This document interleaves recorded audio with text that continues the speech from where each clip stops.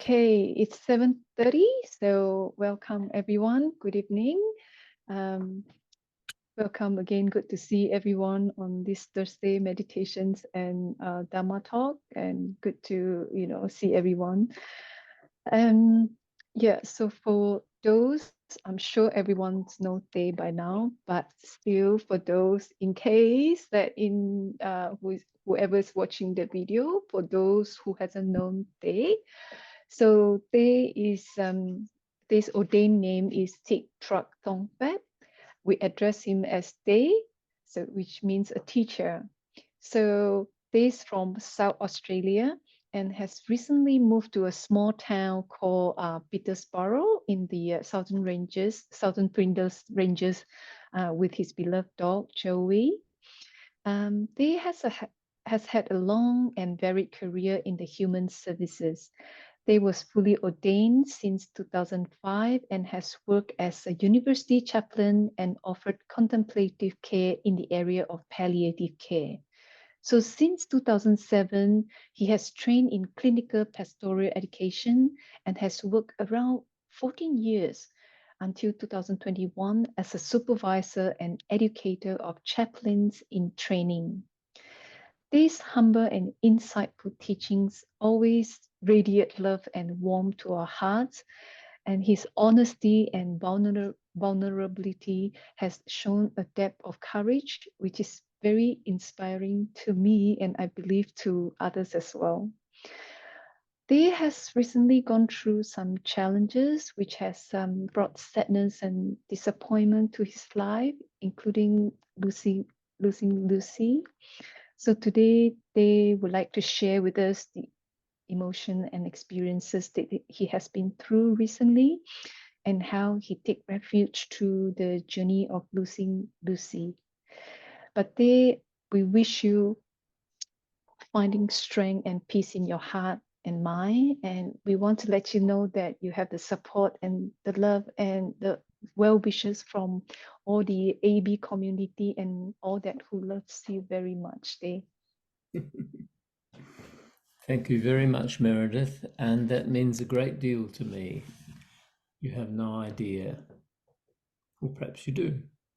So we will start with some meditation.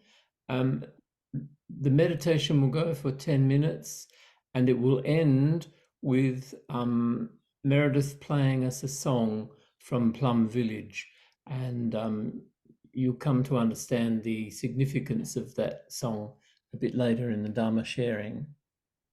So we might just sit for 10 minutes. I'm presuming that everybody can meditate without any instruction. So we'll just sit quietly and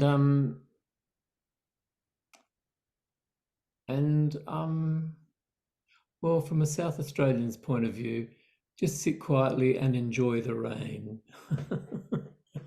because we don't see very much of that here. Okay.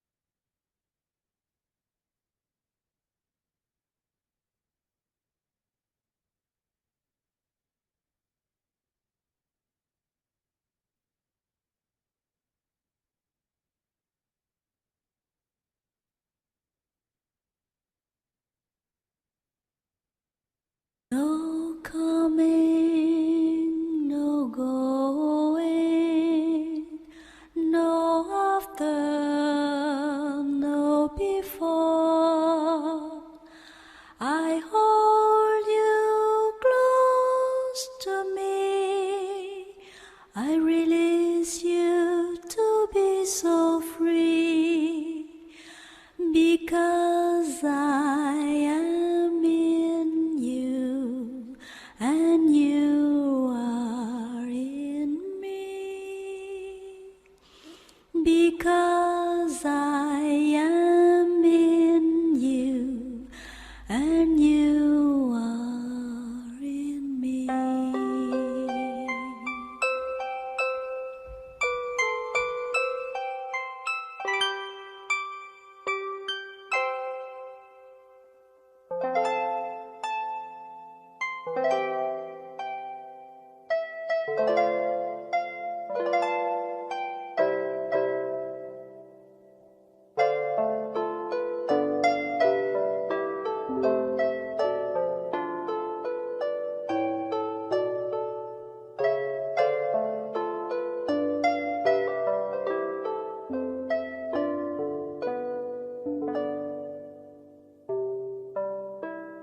No coming, no going, no after, no before. I hold you close to me. I release you to be so free, because I am in you and you are in me. Because I am in you and you are in me.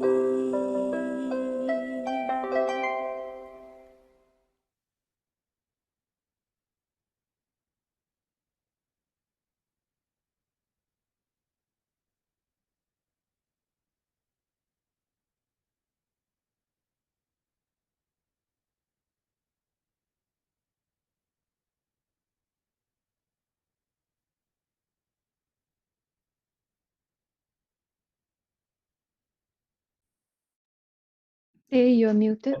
Oh, sorry. That beautiful song is from Plum Village, and whenever I conduct a funeral, I always sing that song at the funeral.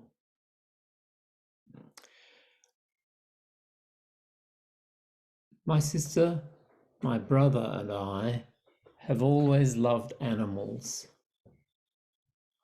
We grew up with dogs and cats, chooks and cockies, lizards and rabbits, and when I was very young, we even had a horse in the side paddock to our house.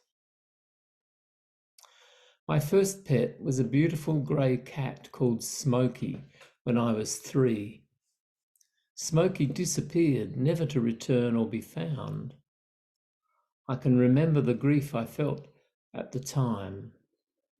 Smokey would now be 68 years old. At the age of 27, I wept over the death of my goldfish, whom I had loved for 4 years. So beautiful to lie in bed and watch the goldfish swim so beautifully in the tank. It brought so much relaxation and peace into my life. Recently, I met my first donkey. Such a beautiful person. When I was packing the car to come home with Joey and Lucy, the donkey started to bray until I walked over and stroked its ears and nuzzled it to its face. Then I went back to packing the car and the donkey started to bray again. So I went back for a second time to cuddle the donkey. I'd never had any experience of donkeys, and this one was so beautiful.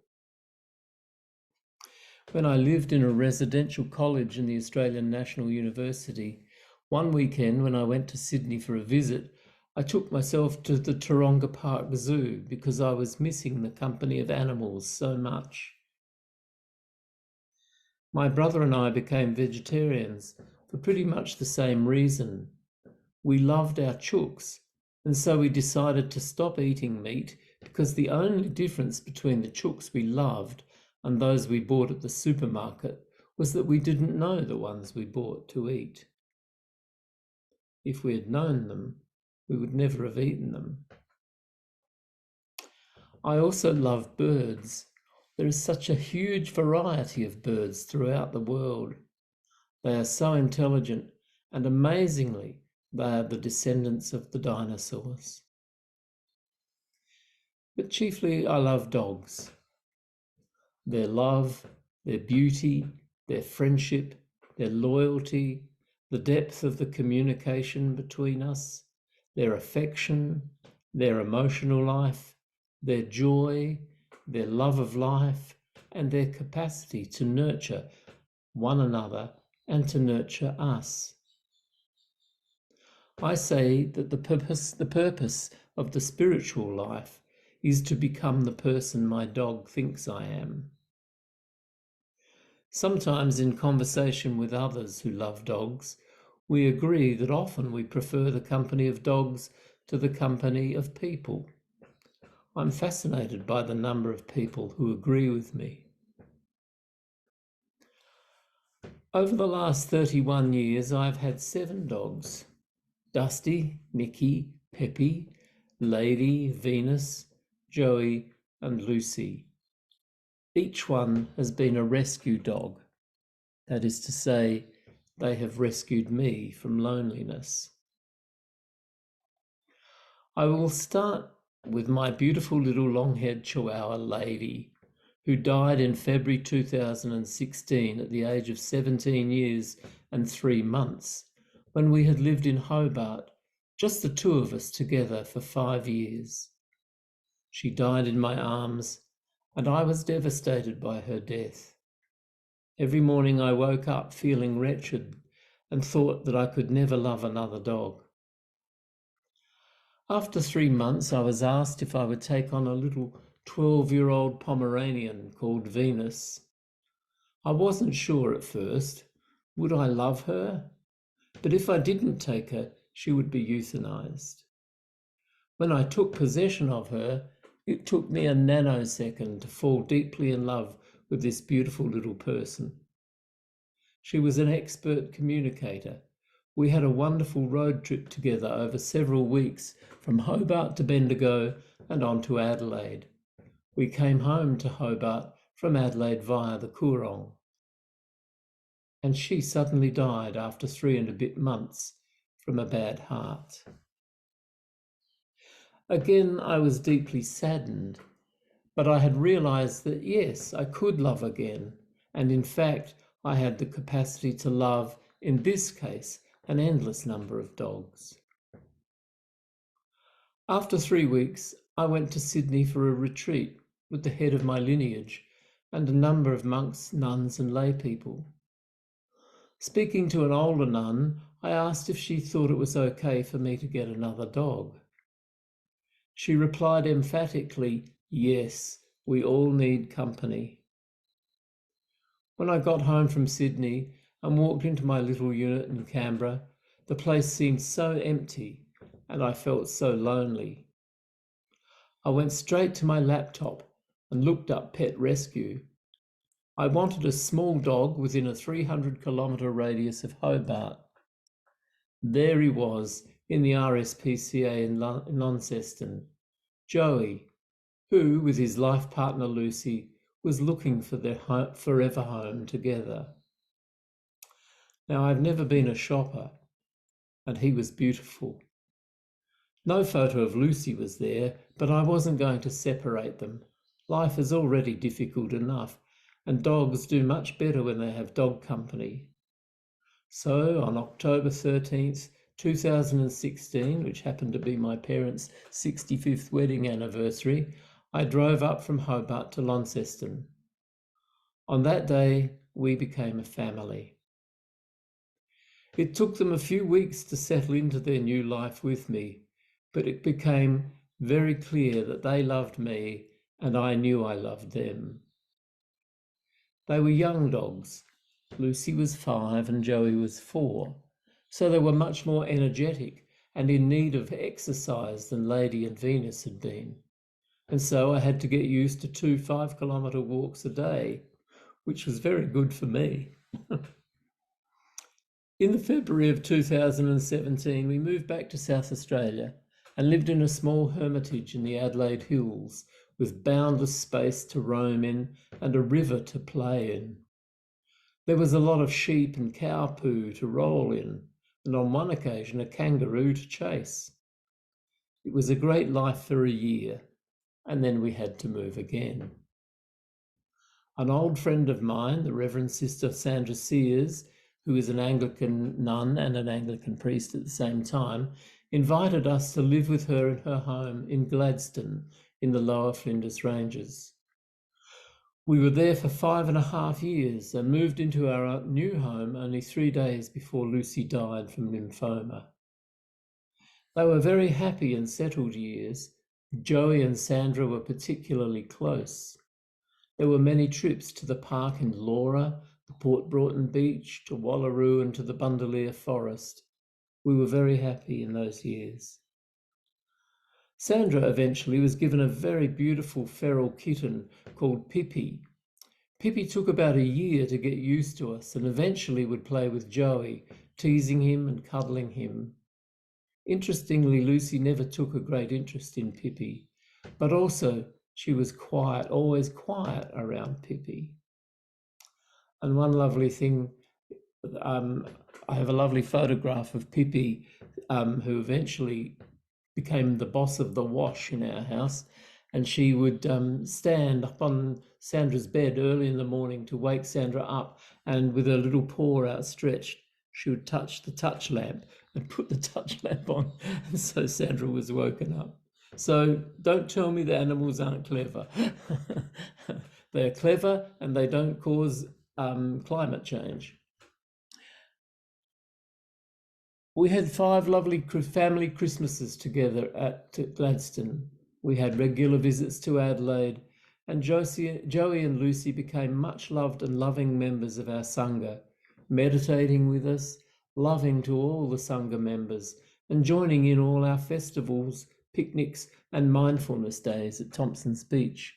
And in fact, the leader of the Thich Nhat Hanh group, who is part of this Sangha, called Ruth Grote, last week gave a talk online to a Plum Village Sangha, the big Plum Village Sangha that she belongs to, and the talk was all about Joey and Lucy being the Sangha dogs.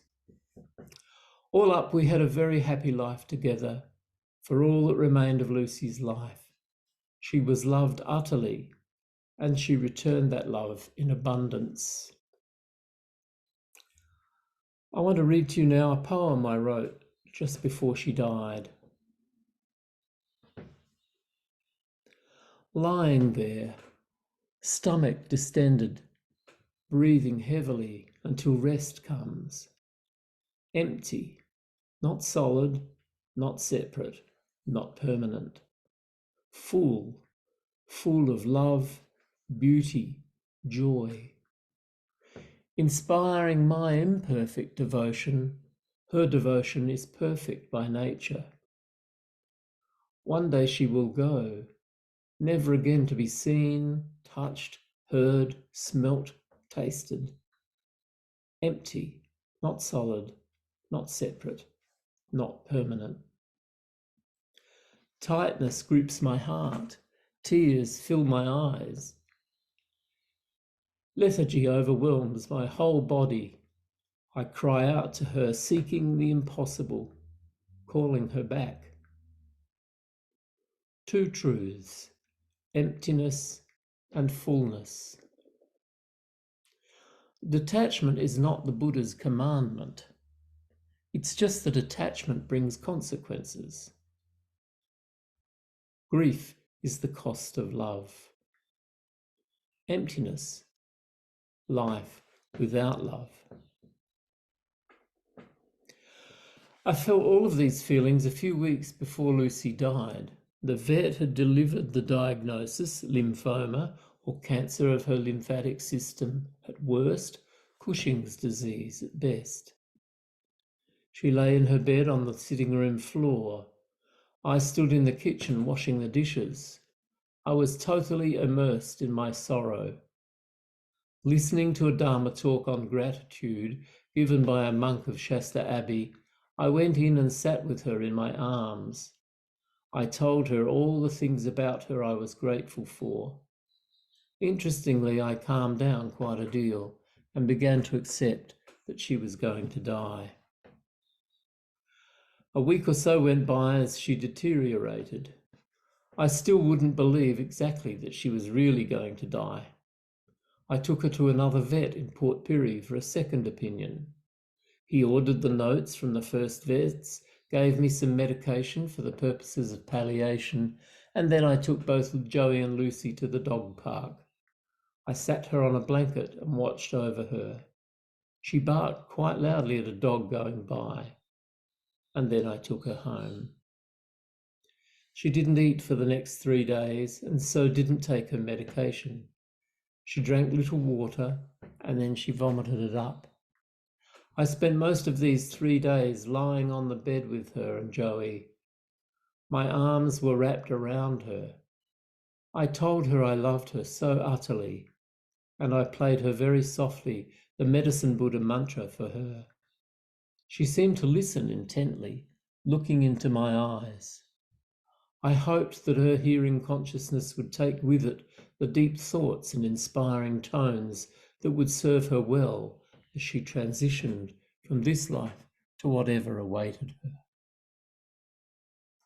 I had moments of being calm, and then I became aware of what I would miss so much. She had been such a beautiful little person, sometimes looking out the corner of her eye, just a little concerned, a little uncertain, seeking reassurance. Another 2 days went by and she was in pain and crying. I didn't want to have her euthanized, and so I didn't sleep the whole of the night, holding her close, with Joey lying next to her. My Dharma sister Ruth practiced Reiki on Lucy and kept in touch with me on the phone. I began to think that perhaps I should have had her euthanized, as I didn't want her to suffer any more.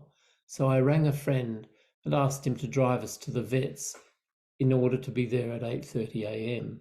And this was about 6 a.m. I really didn't want euthanasia for her. I then lay her on my chest with her head on my heart in an attempt to comfort her. That photo's not exactly the one of us being in bed, but that's what she looks like when she was asleep. Totally gorgeous person.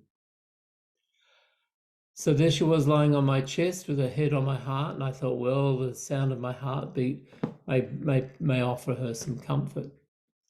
I moved her onto her side, wrapped my arms around her, and sang to her a song from Plum Village, the song you heard before. And now I'll sing it for Lucy and for you. No coming, no going, no after and no before. I hold you close to me. I release you to be so free, because I am in you and you are in me, because I am in you and you are in me. After singing this to her, I suddenly fell into a quiet sleep. I hadn't slept all night, but just suddenly I fell asleep very quietly. And just as suddenly, I woke up again, and the room was silent. I knew she was gone. I shed some tears, and I was relieved that she was no longer in any pain. I set up an altar on the kitchen table in our new home. I wrapped her in a pink pillowcase, placed her in front of the Buddha image, and chanted a funeral service for her. Later that day, my friend took us to the vets in Clare to have her cremated. 1 month later, last Thursday, she was brought home, and her ashes were placed on the altar, where I will chant a memorial for her over the next 49 days. These last 4 weeks, Joey and I have been getting used to our new life without our beautiful little mother. This is a poem I wrote for the 3 of us. The taste of grief. I love the 2 of you more than I love anyone else. Our life together gives meaning to my life. Port Broughton, Bundaleer Forest, the Laura Park. Now without you, Lucy, Joey and I have to find new meaning together. Joey has never been alone without you. He's not interested in long walks. We sleep in. We sleep often during the day, tired, lonely for you, Lucy. You were so large in our lives, small but large. Our mother, you loved us, you cared for us. We thrived on your affection, your play, your joy, your beauty, your bark, your enthusiasm for life. Who of us will go first, Joe, my handsome son in whom I am well pleased? Your passing first, leaving me behind, is unimaginable. What purpose would remain for me? None that I can know of. Neither of us can understand the now without you, Lucy. What a challenging and sad time this has been these last months for us. But if we look all around the world and into every home, challenging and sad times are always with us. The Buddha talks of the oceans of tears that have been shed all throughout time. It is called dukkha.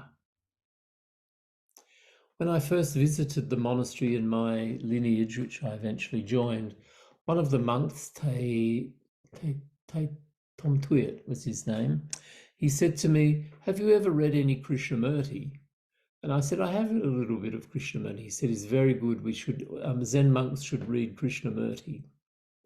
So Krishnamurti asks the following question: can sorrow end? And he answers the question. It can only come to an end when you understand yourself, which is exactly what is. Then you understand why you have sorrow, whether that sorrow is self-pity or the fear of being alone or the emptiness of your own life or the sort that comes about when you depend on another. And all this is part of our living. To me, Krishnamurti is always terrifyingly rational, and his words always contain the ring of truth. Sorrow ends after the rigorous journey of self-investigation is complete. In the meantime, there is much sighing and oceans of tears. And all this is part of our living. And this is only one thing I've learnt in the last few weeks. So when my turn to die comes, I will be cremated and my ashes will be mixed with those of my dogs and my mother. We will be mixed together with some soil in the Bundaleer Forest just outside of Jamestown here in the Southern Flinders Ranges, and there we will become a beautiful tree together.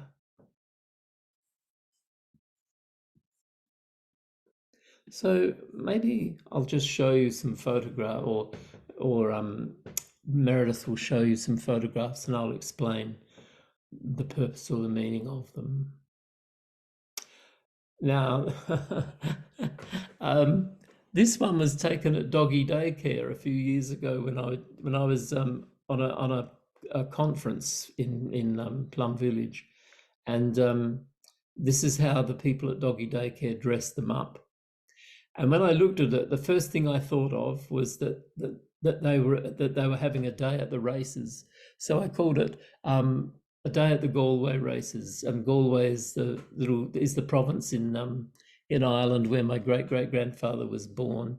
And I always think of the Galway races. So this is Joey and Lucy at the Galway races, looking perfectly delightful. And Lucy's the one with the necklace, not Joey's the one with the hat. It's one of my favourite movies, pictures. And my friend, my Dharma sister Ruth, she had it made into a coffee mug for me, with that picture on the front. So there you are. That's one of my favourite photos of her, just sitting looking at me, and looking so beautiful and so calm and peaceful. And in fact, that's the one photograph I've been looking at a lot, because it just gives me so much comfort remembering just how beautiful she was, and what a good being she was, what a loving and intelligent little person she was. And that's us on our first day together in Launceston.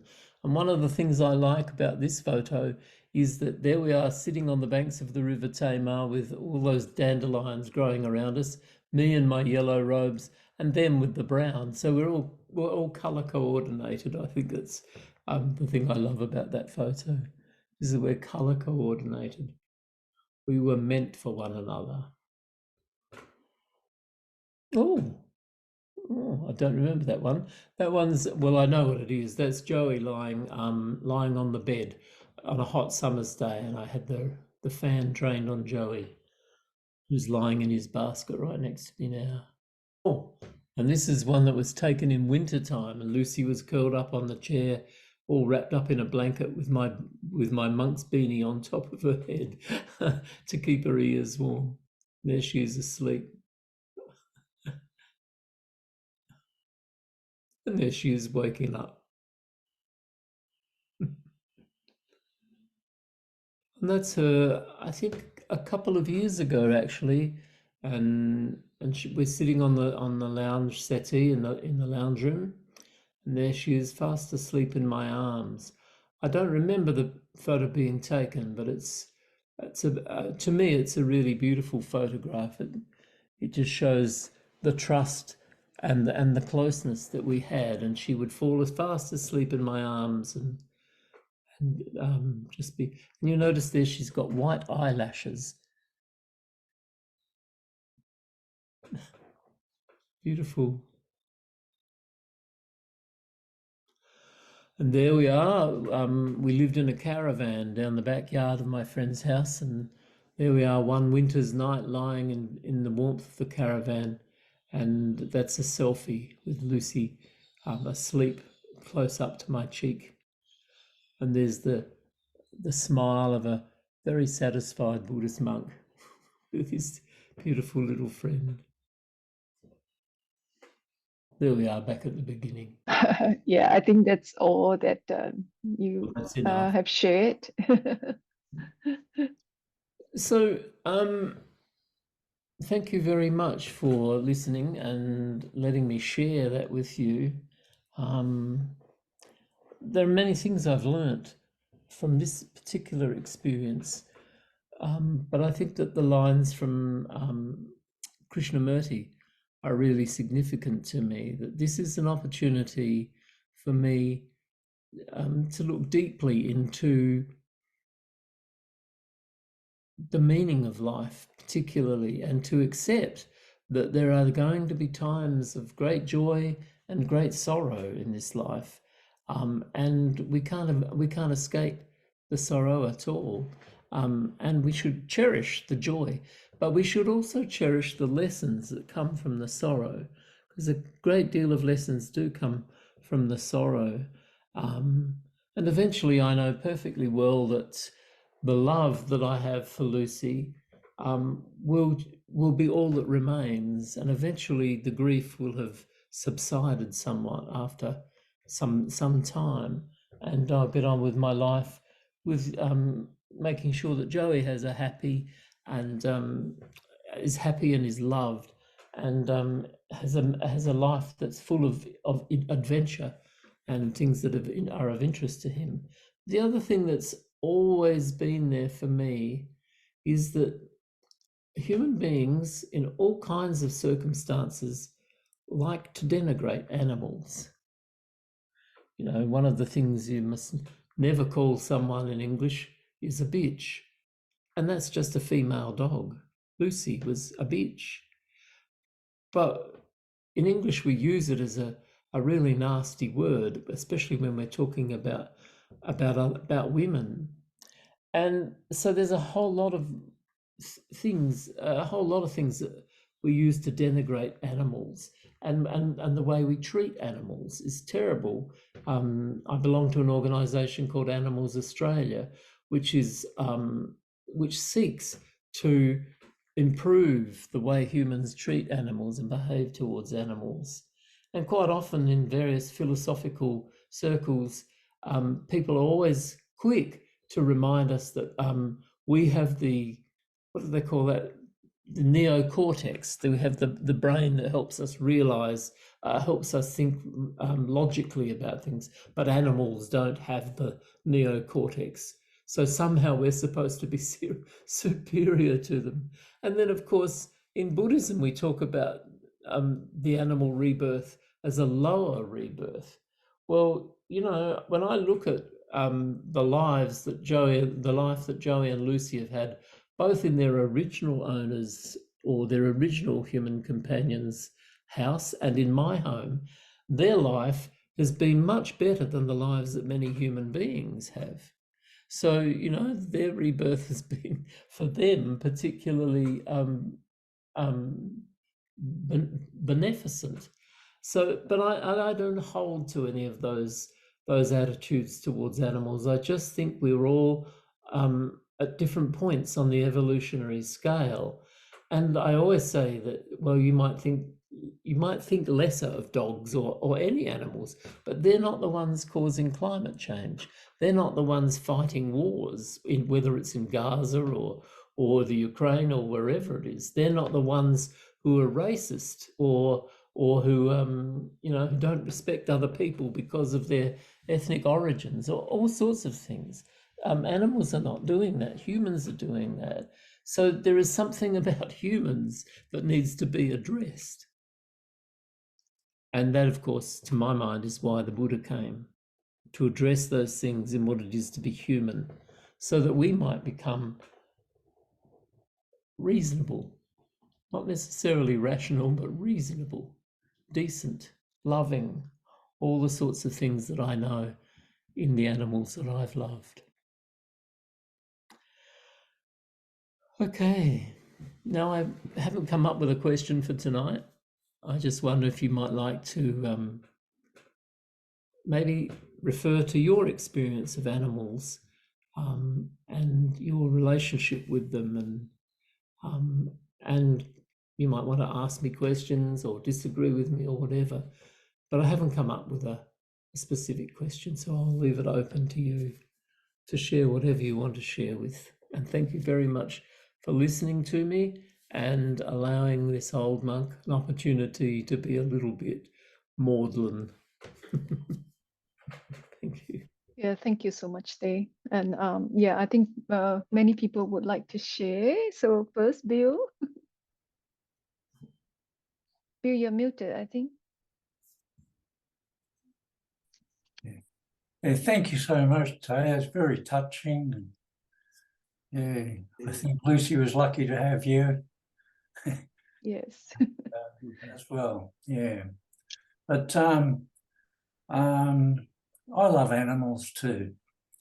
And as many of you know, I frequently go into the Royal National Park. And for the last few months, I go in there and I see this area has been fox baited. So I understand that foxes are pests to the Australian environment, but they're still living beings. Yeah. Similarly, the government want to cull the horses in the snowy mountains. You know, horses are loved by everybody, unlike foxes. Just wondering if you've got any thoughts or what, is there anything in the Buddhist writings about animal pests or introduced species? Okay. Well, quite often around here and right through down to Gladstone, there are signs up that show pictures of foxes that have been slaughtered and they're referred to as pests. And I always think, well, the only reason they're in Australia is that feral white people brought them here in the first place. And so, I mean, if anything has to go, it has to be the white people that have to go. Although that's not a serious thought, but it's really interesting that we brought my forebears, the forebears of all of the Europeans who came here brought these animals here for some reason or other. And I presume they brought foxes because somebody had some idea that they'd do what they do in England, which is fox hunting. Well, we've got no one else to blame but ourselves, so why take it out on the foxes? That's what I think. And then, of course, there is the fact of the damage that's being done to native animals in Australia by cats and all kinds of other dogs, all kinds of other introduced species. And of course, there's a big move to have those creatures exterminated. And I, like you, I just think that's really terrible. These animals are just going about doing what they naturally do, and we treat them like they're terrible. And I think, well, it's actually us that's caused this problem, not them. It's the same like with the cane toad or any introduced species into this country. So I'm glad I don't have to create any kind of policy around it. But I agree with you. I think it needs a lot more thought than just people turning on the feral animals and trying to kill them off, and it requires a lot of reflection on, what did the British do when they came to this country and set things up in the way. And of course that argument can be extended into, well, what we did to the First Nations people when we came here. And then for me, just lately, and I don't mind what you think, but I'm quite happy to say that my disappointment and my anger at the result of the referendum recently, I just, I feel, well, I've got certain political views, and I think the whole thing was politicized by very conservative politicians because they were angry the Labor Party won the last election. But that's just my point of view, my political point of view. I come from a very left-wing kind of background. So we have, I think that it requires of us to think a lot more about the history of the invasion of this country by Europeans, and particularly by the British. And that includes all my forebears. All my forebears arrived in South Australia on the first boatload of British migrants and settled up in this way, and stole the land and introduced their species of animals, the cows and the sheep, and then punished the Aboriginals for hunting them because they killed off all that stuff that's ought to be coming out in truth telling. So I'm not quite sure what I'd do, Bill, but I'm very sympathetic to your point of view. And what I mean, one really horrific example of what white people did to animals, to indigenous animals, is the thylacine in Tasmania. Here was carnivorous marsupial. I mean, numbers of marsupials are carnivorous, like the tiger and what have you. But the farmers killed off all the thylacines because they believed they were attacking their sheep, and they never did. They never attacked the sheep. So we have made one extraordinary species of marsupial extinct. And we did it on the basis of a mistake. Yes. I don't know. I mean, my commitment is to all sentient beings, and that includes all the animals as well. So, you know, I don't know what you do about the damage done to feral animals, and I'm sure that there will be people who can argue for getting rid of them, but I can never feel happy about that. Mm. And I can never feel happy about the damage that my tribe did in this country, in this land, this beautiful island continent. And I quite often say to myself, I wish we'd stopped home. And then people say, oh, but the French would have come. And I think, oh, okay. Actually, last Thursday, I went to the new portrait gallery in Canberra, and they have a painting of Burnham there. He was quite a famous Aboriginal. And in 1970, to commemorate Captain Cook's landing, he went to England and put up an Aboriginal flag on one of the beaches and said, claiming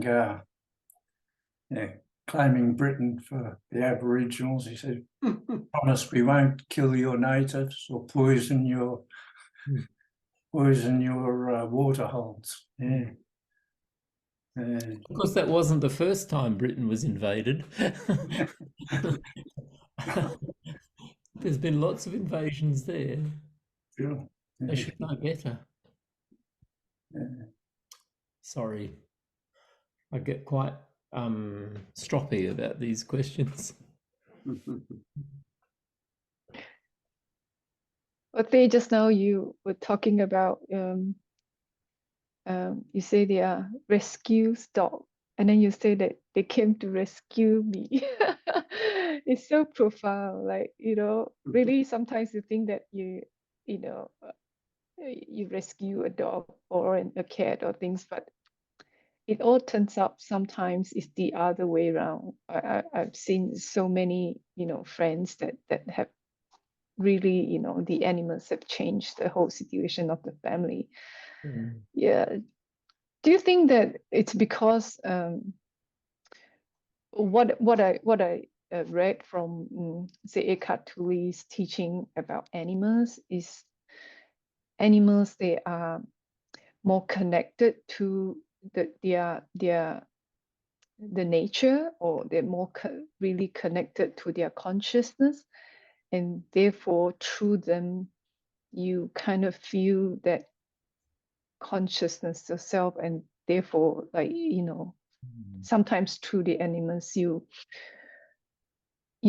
kind of see or have a glimpse of a little bit of consciousness. Is that why that, you know, we're so connected to, you know, our four-legged friends? I've never thought of it that way, but it's a lovely way to think about it, because I think what happens, I mean, for me, some of it is that, you know, the teaching of the Buddha on emptiness, sunyata or shunyata, implies that there's no separation between anything in life. And so there's no separation in reality from myself and my dog, or myself and the birds, or myself and you, or myself and the sky, everything. It's all we all form one organism called the universe, the Dharma realm. So I think, you know, I mean, I think for us to forget that that's a problem with us. It's a design fault in human beings. I think that, so, and you know, it's really interesting. We've only just moved into Peterborough, and I've joined a singing group. Now, monks aren't supposed to sing, but I'm a long way from Rome, so what they don't know can't hurt them. But and I love to sing, and we sing all these beautiful old songs and Christian hymns, which I grew up with, and I think, oh, these are so beautiful. Anyway, Joey and I, and we go to church on Sunday mornings, because I don't have a sangha here in Peterborough, and because I grew up an Anglican, and I really love all the forms of worship and that, we go to church on Sunday, and Joey leads the way, and he's figured out very quickly how to get to the church. And we get to the church and he walks through the door and he goes up and greets everybody because he's a very spiritual person, my dogs.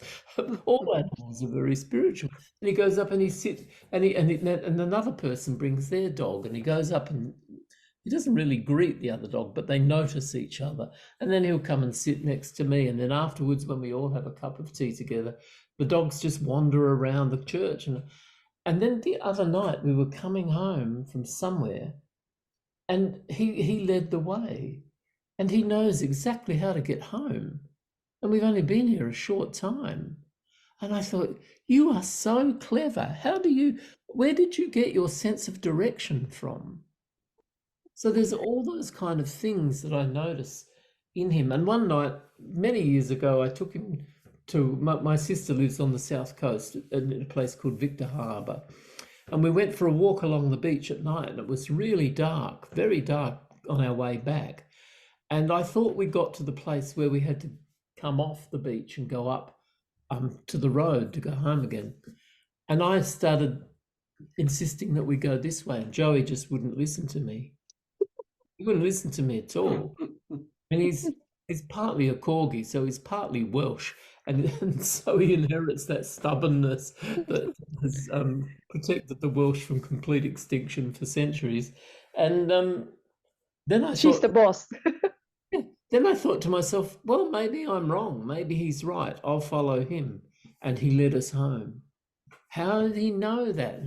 And how does he, where does that attempt to assert his knowledge over and above my mistakes? You know, I mean, there's this Jack Cornfield, the Buddhist teacher in America, has a saying which I really love. He says, there's more going on here than Christmas shopping. and I think that's really true, that in life there's what's going on is much bigger than we understand.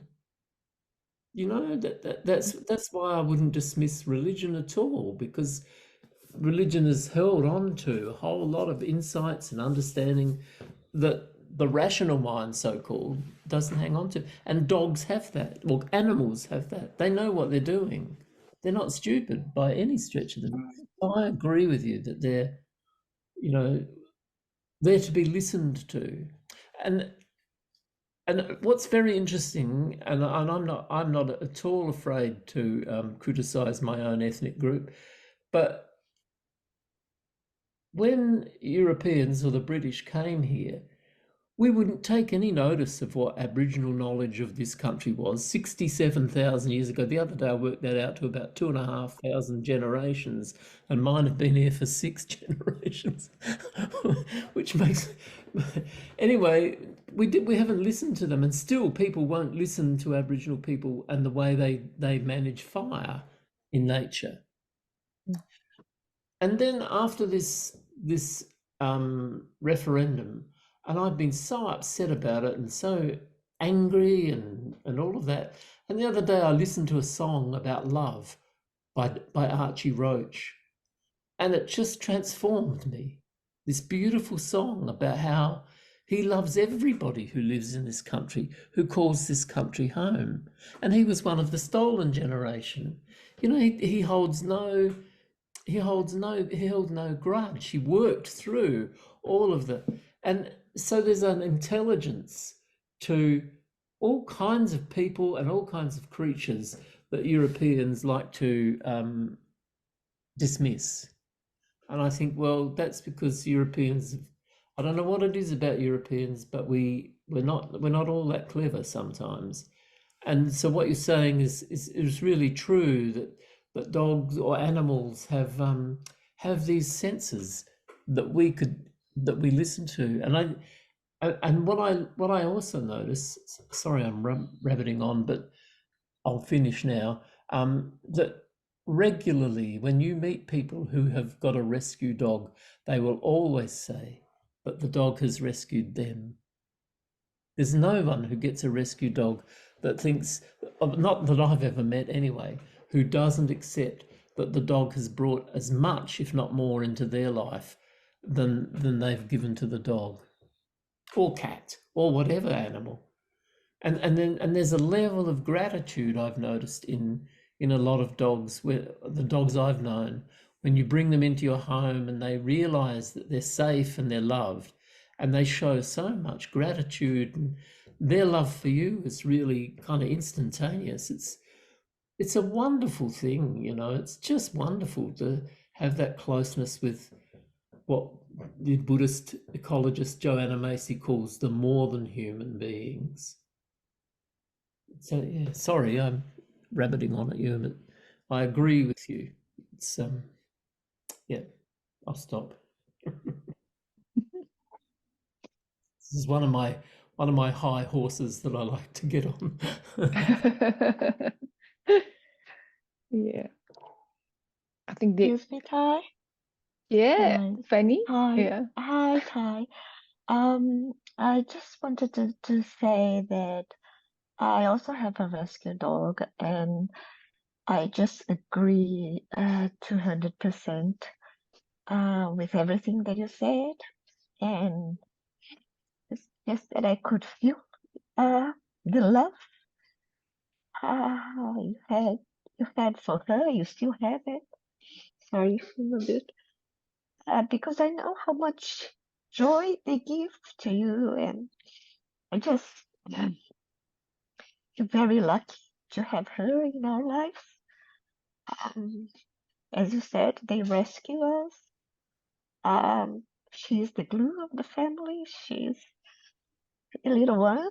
So everyone goes to when they have something, a problem, or when they are sad, or they would. She's just being there, you know, just being. It's just a word for us.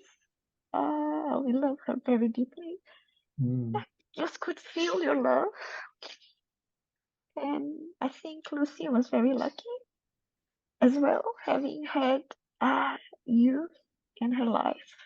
I mean, I think it's mutual. Mm. I think just that everybody should have a dog because they just there's no judgment. So I think it's when they accept you as you are, without any judgment. So I think that's how you can, when you have a dog, when you have an animal, any animals, it's just that they see you as you are, so you don't have to pretend. And yes, I just feel your talk was really beautiful, and your love can be felt. Yeah, just thank you, and I hope that, I really hope, wish that everyone could have one of these little beautiful, wonderful creatures in their lives because they just add so much. And yeah, thank you.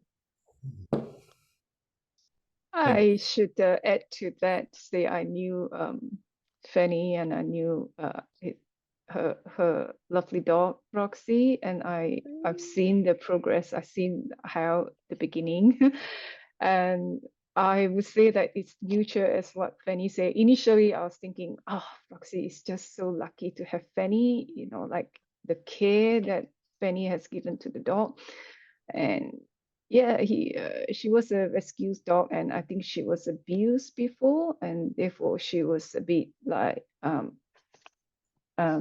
protective. I think she wasn't that open initially. And then over time, I see how Fanny and the family slowly, bit by bit, as using their love and care, their patience over Roxy, and Roxy has now become so attached to them. And I think it's kind of like open up the barrier and make her trust again. I think so. That's a big transformation. I think that's mutual from both sides. And of course, Roxy also bring the love and harmony among the family. So it's really a beautiful love story. Fanny and Roxy, I should say. And it obviously means a lot to you, Fanny, because of the emotion that comes up when you talk about her. Yeah. Yeah. Yeah, she's already, we don't know the age for sure, but we got her also in 2016. So we have had the honor to have her for 7 years, and but we were told she was about 9 at that time. So, but we just, my daughter engraved her ring like Roxy forever. So you can, so it's just as you said. We know that one day it's gonna, it will come to one day when, um, I mean, as we all go, she's gonna go. So we don't want to think about that. So it's just enjoying the little moments Yes. that we have, the every moment, and as you said, the gratitude. We just thank her every day just for being here. So yeah, Yeah. they are just beautiful, wonderful. And it does demand that you live in each moment. That's I know perfectly well that one day Joey will go too.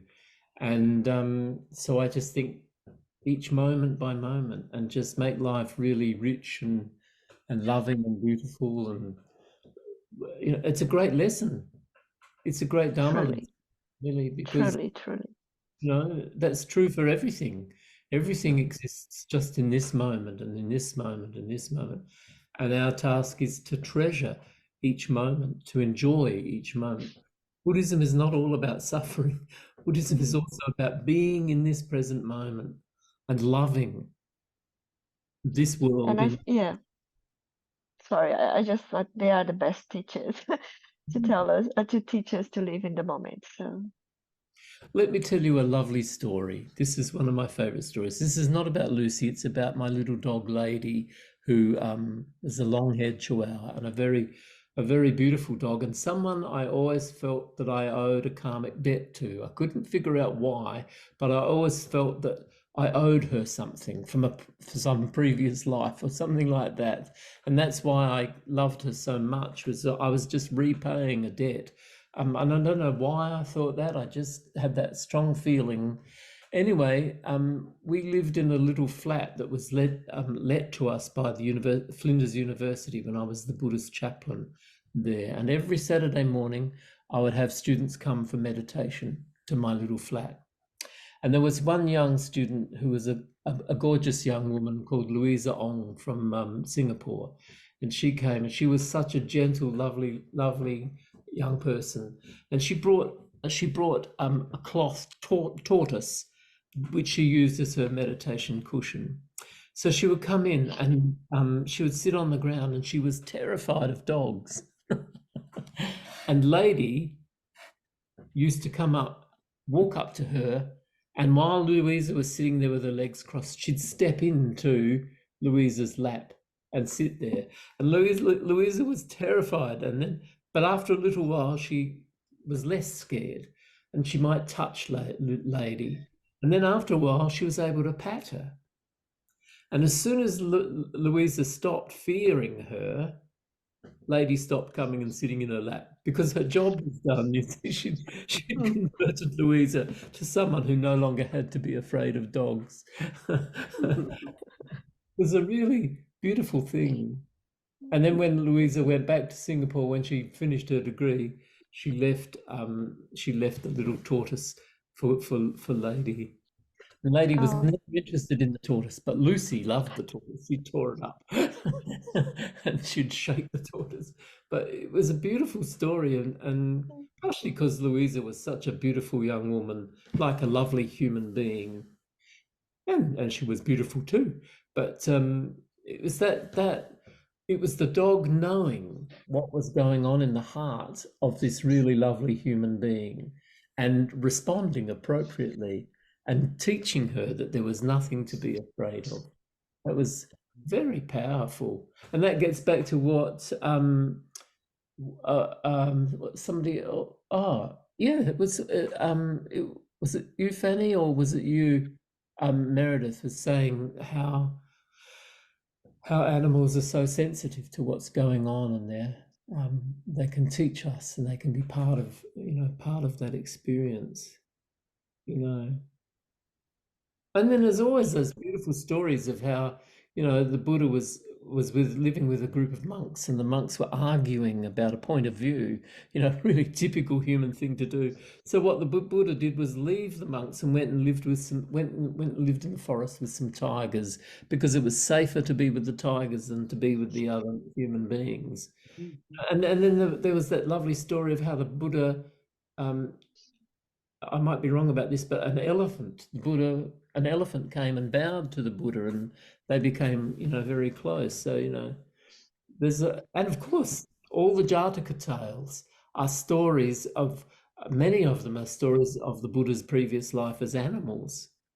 And it was in those lives that he developed or cultivated enough merit to move on towards being fully enlightened. But he was an animal and a plant in many of those stories. So like Jack Cornfield says, there's more going on here than Christmas shopping. I think so anyway. Oh, gosh. Sorry, you might have something more to say. This is something I'll talk about forever and ever. Oh, yes, ladies first. Ladies first. Okay. Oh, thank you, Frank. Thay, I've got a question for you. So I've had my dog Ollie for about 7.5 years. He got diagnosed with lymphoma around August, so he's now undergoing chemotherapy. It was a bit of a hard decision, do you, make the animal, Ollie, who's like a family member, undergo chemotherapy. But nowadays there's a lot of, there's like a small animal specialist hospital where they have, all the technology. They have oncologists, they have, CT scans, they have all the technology. So decided to take, what's that saying? Faith over fear, and undergo chemotherapy for him. So he's been doing really well. I have to say all the oncologists and all the veterinary staff have been incredibly empathetic and incredible human beings. I think they've been far better than some of the human doctors I've consulted. But my question was, I think I've also heard some good advice already on how you prepared for Lucy's eventual passing. So we are being grateful, every day for Ollie being here with us, and we're trying to really make sure his quality of life is, still maintained. We still take him for walks. He might not walk very much some days, but other days he's a bit more active. Just making sure he's loved and he's never alone. Do you have any other, I suppose, words of wisdom, having what you've gone through, on what else we can do to make sure he's still, he still has a really good quality of life? Well, I think you've said it all, really. I mean, the fact that, you do the best you can. You treat him just like you would treat any other member of your family, your mother. Exactly. I just think, I don't know. It sounds terrible in some ways, but I love my dogs as much as I love any other member of my family, as much as I love my sister and brother, and in fact, some ways more, because the relationship with my dog is much more intimate than it is with, it just is more intimate than it has been often with my sister, for example. We're not that close, my sister and I. We don't see each other very much, and we've got very different points of view about many things in life. So there's a great deal of love and intimacy, and I think that's you just treat your dog in that circumstance the same way you would treat anybody else in your family. And and the one thing that I was able to do with Lucy that I wanted to do with my brother, but we just didn't get time before he died. He wanted me to teach him meditation, and we just never got there. But with Lucy, she and Joey always came to Sangha. They'd come with me, and they'd go up the stairs to the Buddhist library, and they'd greet all the people. So they were considered members of our Sangha. That's one of the Sangha members, Ruth, has been really distressed at Lucy's death, because Lucy was a Sangha member, Mm. and I think that one of the that we need to be sure, or not. No. The only thing I would suggest, and you may do it already, is to ensure that we tend to their spiritual needs as well. That we don't assume that they don't have a contemplative life, or they are definitely mindful. If you watch your cat follow a mouse around, you can see mindfulness at work. They're fully present to the moment, and it's the same. It's the same with with Joey. If I give him a bone to eat, nothing else exists in the world but the bone. He's right there with the bone, completely present to his experience. So I think, and so that's why it was really interesting. I played from my laptop. I played the mantra for Medicine Buddha, and it's a beautiful mantra. Yeah. Anyway, and what was really interesting was that I just noticed that Lucy was really quiet and calm, and she kept looking me in the eye with that. And I don't know, I can't say for sure, but my conviction is that she absorbed that mantra, that chanting, that Buddhist chanting, and that's what that's one of the things she would have taken with her into whatever happens next, is this whole notion of healing from suffering that the medicine is about. And so that's the only thing. I mean, you may well do all that already. Yeah, you're right about them being very mindful and aware, because the protocol, it's like every 2 weeks there's like an IV that they have to have. And what we've done is every second week he has it at his local vet, because that's a vet he's used to going for the last 7 years. So he's very comfortable with his usual vet.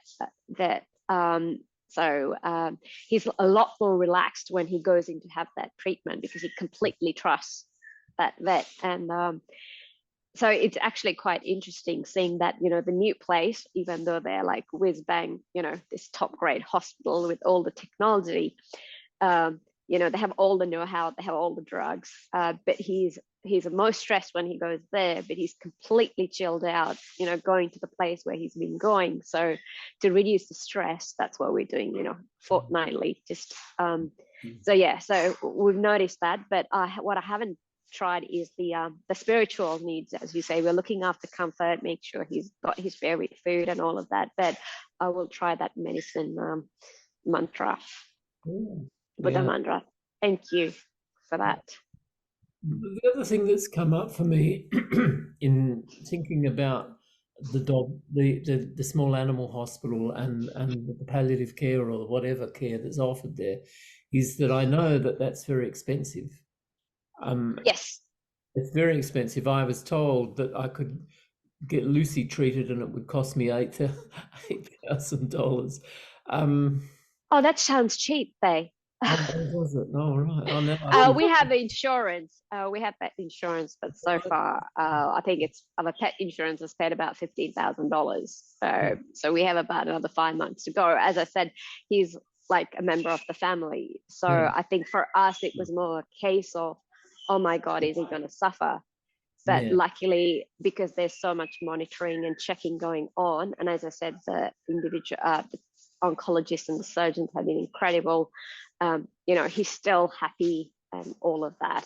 He's not happy when he goes to SASH, but when he goes to our local vet, he's very happy, because, as I said, he's got that relationship over 7 years that he completely trusts her. So I guess that what comes up for me in all of that is, but while I agree that all animals deserve that level of care, and I know that there was a Vietnamese monk in Vietnam who had a stroke, and he died because nobody could afford the care that he needed. Because there is in Vietnam no healthcare in the way that there is in the West. So what comes up for me in all of that is the injustice in the world economic system, that there will be human beings. I mean, I love Vietnam. It's where I'm a monk in the Vietnamese tradition, and I refused to go to war in the early 1970s to kill Vietnamese people, because the Americans told the Australians got the Americans to agree to let us go there.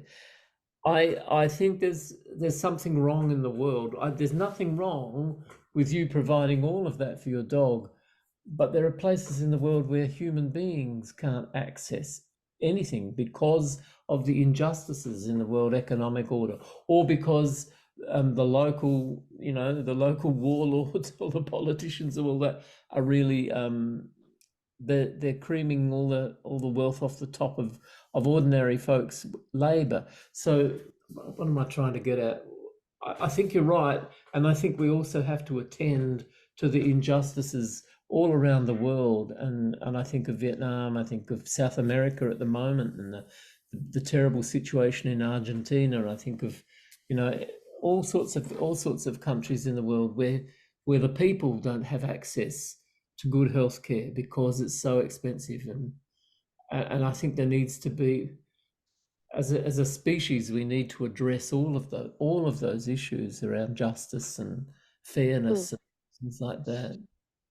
So that I think it I agree goes with back you. to, sorry, I was going to say, I think it goes back to something you said earlier. I think you said something around, in the Buddhist realm, they're saying to be born an animal is like a lower birth. But I grew up in Sri Lanka, so, I learned Buddhism from a very young age. But, there's a saying, I think, in Buddhism, I can't remember what sutra it is, but it does say, you must have done some good to be born in like a good land and to have like a good life, sort of thing. So I actually think even though some animals, like, Ollie he's a dog, but, he's got a really good life here. And I've always joked and said, I'd rather be born as a dog in Muslim than, say, a human in the Middle East, for example.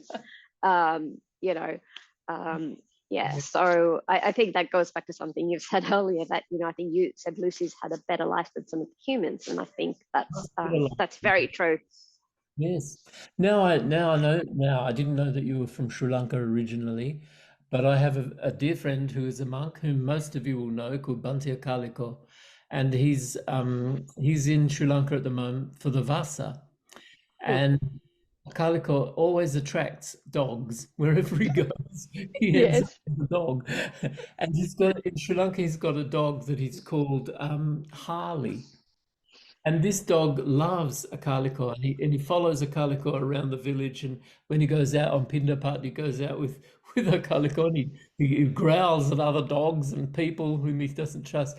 And so, but a calico is really upset because he's got to leave Sri Lanka and he's got to leave Harley behind. And so I said to him, look, see if you can't get Harley brought to Australia, and I will collect Harley this end, and we'll keep Harley. And if you want him, you can have him. Or there might be some Buddhist family who likes the story of how Bhante Akaliko. But it costs $8,000 to bring Harley to Australia.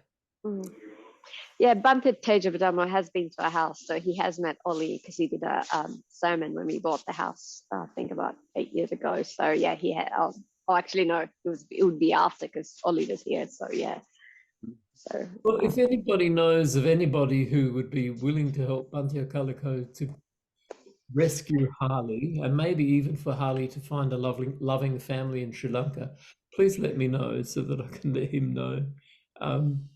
But that's the whole thing, that the Akaliko, he forms these relationships with dogs, and they're very real relationships, and then he's got to leave them and not know what's going to happen to them. So if you know of anybody in Sri Lanka who wants a dog, let me know. Oh, and there's a cat. And Jeff, I saw your cat's tail wagging before too. Hey, did you see Roxy? Did you see Fanny's dog? Look at you. Yeah, today's Animals Day. Hey, this is Abby. She joins every Dhamma talk. Whenever anyone's here, she will come in and join us. She will block the Zoom view. She always walks right in front of the camera. All right. Oh, yes, of course. All right. You're waving, are you? Patricia, are you waving goodbye or? Sorry. Actually waving at the pets. Ah, right. You can't see from your view, and other people's computer's view are different. So you probably wave at I the was wrong waving direction. at Roxy and Abby and all the Yeah. unseen pets. All right. Ollie, Well, Joey. What breed is Roxy, Fanny? I'm sorry, Thay, what did you say?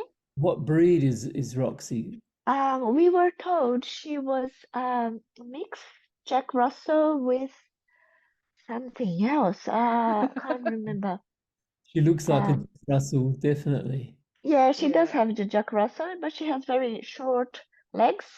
Oh, And she's not as thin or like but yeah, but she's Roxy, she's beautiful, she's everything to us. Lucy, Yeah. Lucy was a cross between a Jack Russell and a Chihuahua. Oh, So Is she that called- Ollie? Is that Ollie that you just? Yeah. Oh. Yeah. Yes, this is Ollie. Ollie, are you feeling a bit hot? Oh. oh, He's a Labradoodle. Yeah, oh, but beautiful. Oh, well, I hope everyone's You doesn't should be mind. bringing and show us your pet's night tonight, isn't it? Yeah, and I hope everyone don't mind that we are over time now. you That was a I'd be wonderful very welcome to continue to stay here, let me to show you continue to someone else. chat. Yeah, Hello. and then yeah, Joey's there. Oh, Hi, Joey. Joey's It's a like bit that wonderful sad. episode of The Vicar of Dibley when they all bring their pets to the church. Yes. Yeah. You know, that's what I was thinking. Wouldn't it be lovely if we had a congregation or a sangha, and you'd have a day for animals, just like in the church when it's the feast of St. Francis, and everybody brings their animals to church. It'd be lovely to do that with Buddhism too, and to insist on our for all senses. I've got two pugs trying to get out on the door to come here as well to All join right. the party. It's two pugs All right. scratching at the door. Okay. Right. Oh well. All you have to do is talk about animals, and humans will just talk.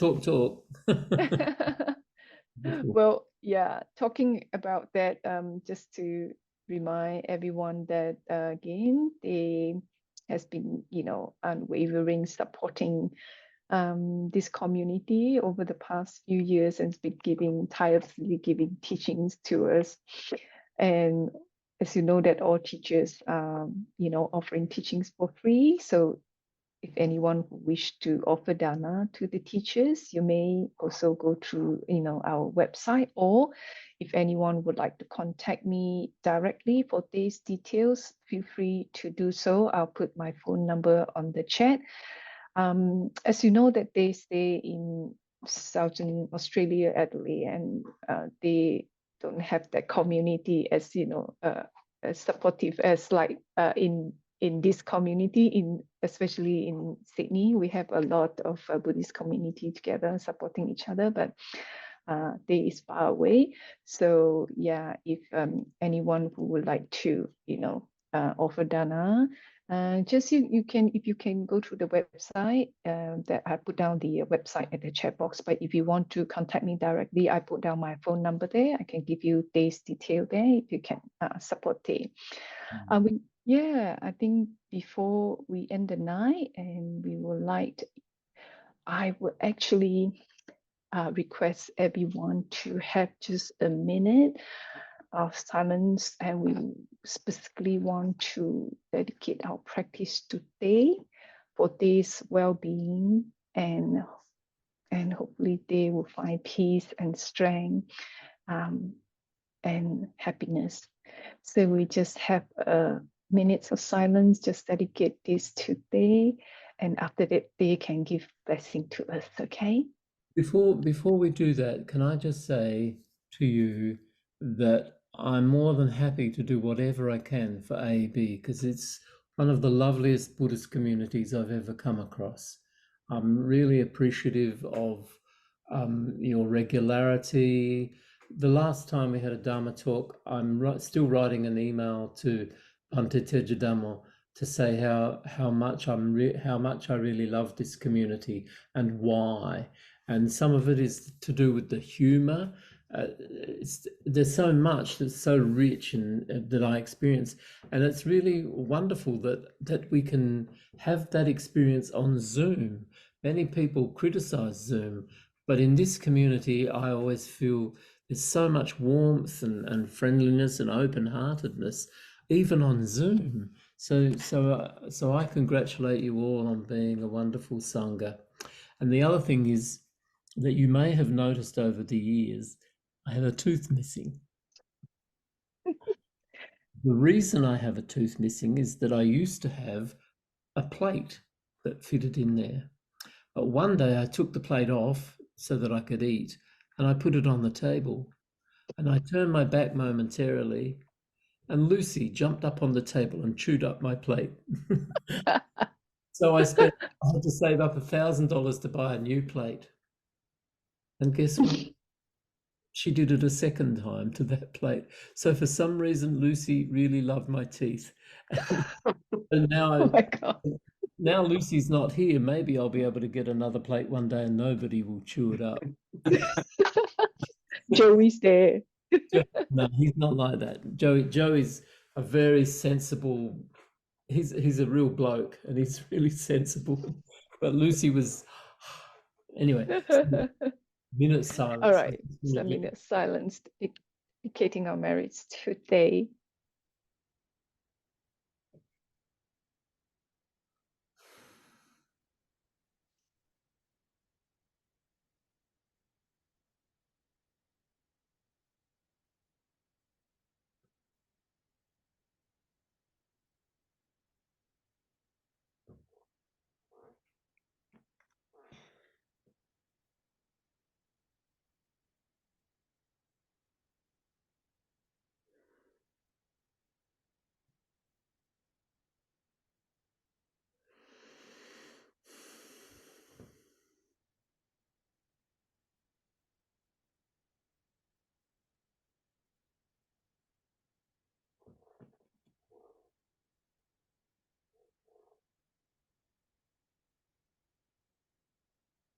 And then we wish you well and happy. We wish you peace, and we hope that you will have a good rest, at least over the next few months.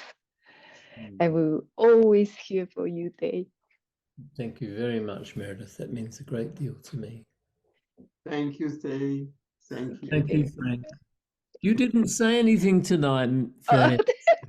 No, Frank that's can okay. No problem. Next time.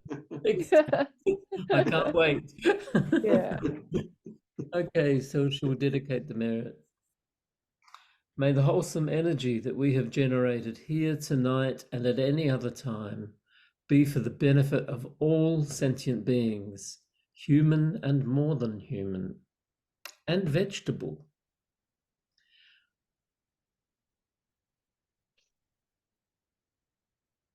May all beings be well and happy.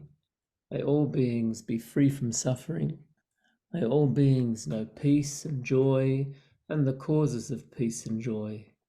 And may we continue to walk the Buddha's path of truth and love together. Sadhu, sadhu, sadhu. Sadhu, sadhu, sadhu.